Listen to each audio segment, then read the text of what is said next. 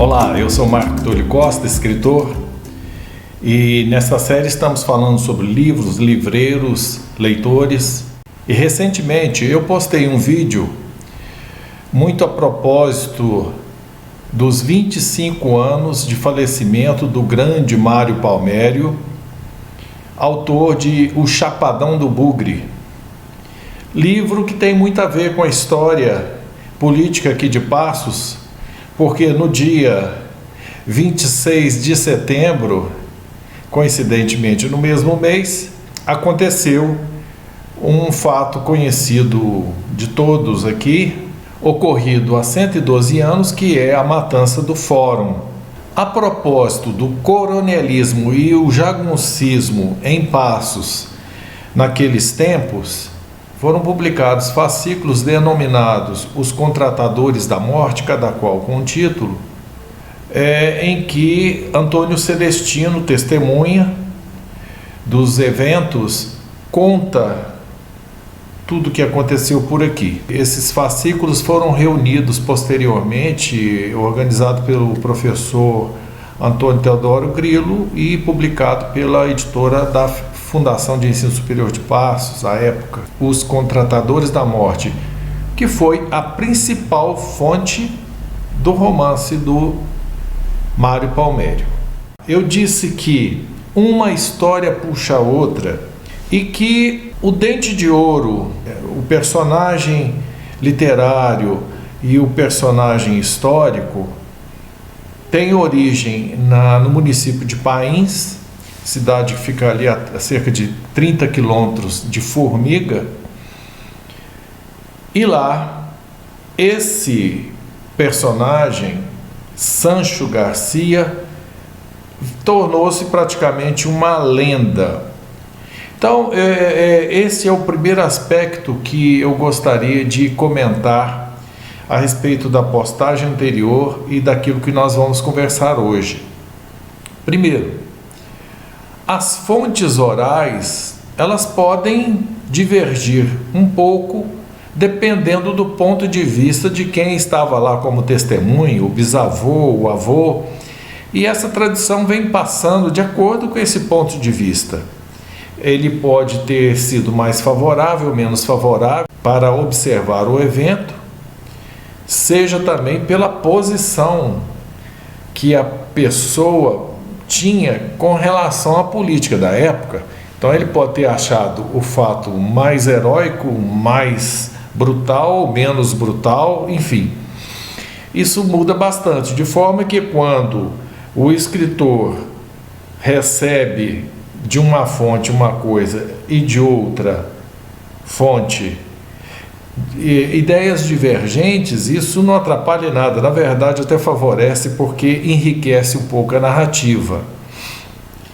O segundo aspecto é que o personagem histórico, por suas façanhas, ele acaba se transformando num mito, e ele vai aparecer às vezes em vários lugares onde ele nunca esteve, aliás. Então ele aparece aqui e ali, há narrativas e são todas atribuídas a um mesmo personagem histórico, quando, na verdade, isso pode ter sido obra de outros. A fama precede o personagem. E então nós vamos falar um pouquinho sobre essas histórias do Sancho Garcia. Eu cresci ouvindo narrativas na família a respeito daqueles tempos brutais, tempos em que as coisas eram resolvidas fora da lei. A lei nem sempre alcançava a todos e muito menos a lei chegava a todos os lugares. Eu ouvia muitas histórias da parte materna e da parte paterna e resolvi um dia coletar essas histórias. Mas o meu processo de criação não é só contar as histórias. Eu, aliás, tenho muito pouco compromisso com o histórico. Às vezes fica mais interessante mudar um pouquinho. E eu fiz isso em várias delas. E outra coisa, eu não apenas conto as histórias. Um exemplo, no livro Fábulas do Amor Distante, Eu havia escrito várias fábulas sobre o amor em todos os seus aspectos, mas queria contar essas histórias de uma forma diferente, vamos dizer, numa estrutura mais elaborada. E o que eu fiz? Eu criei uma coluna vertebral para o livro em que um cupido vesgo vai a um baile de máscaras e vai unindo os casais segundo a sua visão vesga, até que ele erra e une a sombra de uma sereia à sombra de um astronauta, de forma que as sombras se apaixonam e ele cria um problema que ele tem que resolver. Não vamos falar sobre esse livro, vamos falar sobre esse tipo de construção. Eu estava interessado em escrever as histórias que a família do meu pai contava, que as histórias que a família da minha mãe contava, mas queria fazer isso de uma forma diferente. E eu criei a história de um feto inicial, e ele é visitado por 3 figuras: o destino, o livre-arbítrio e o gato de Voltaire. Depois eu explico o que quer dizer o gato de Voltaire. E esse ser que está sendo gerado é convidado para se distrair jogando ludo com essas figuras.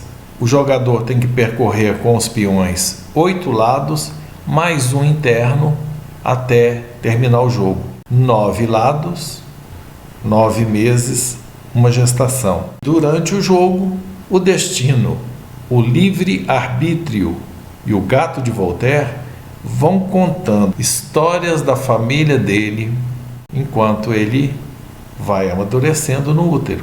No meu livro, essas narrativas estão ligadas a outras, inclusive sem esse compromisso histórico com o personagem.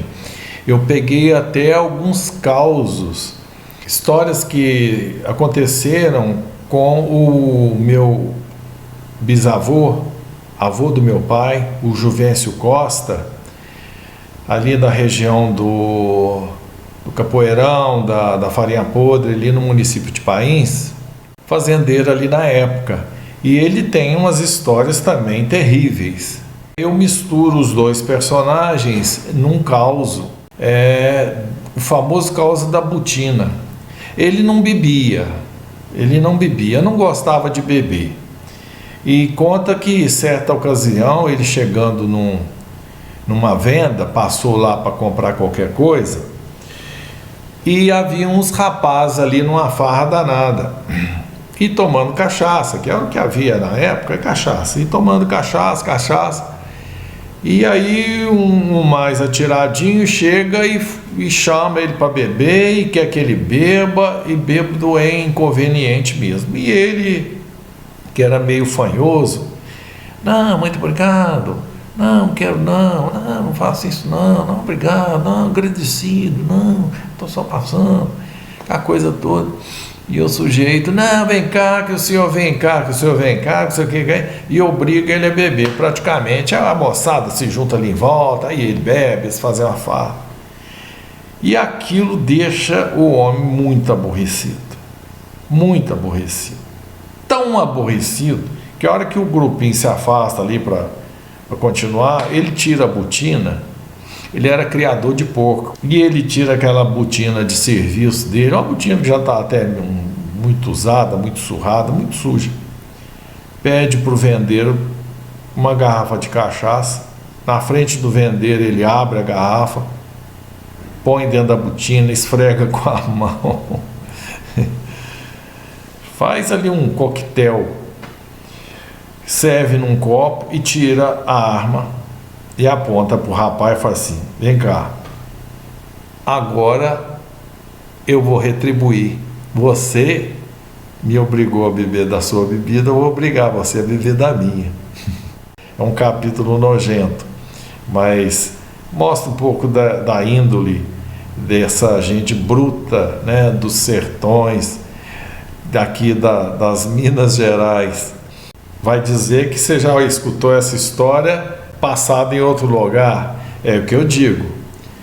Às vezes, as histórias a respeito de uma pessoa vão sendo passadas de boca em boca e chegam a alguns lugares e são ligados a um ou outro personagem, e ele acaba ganhando aí muitas faces.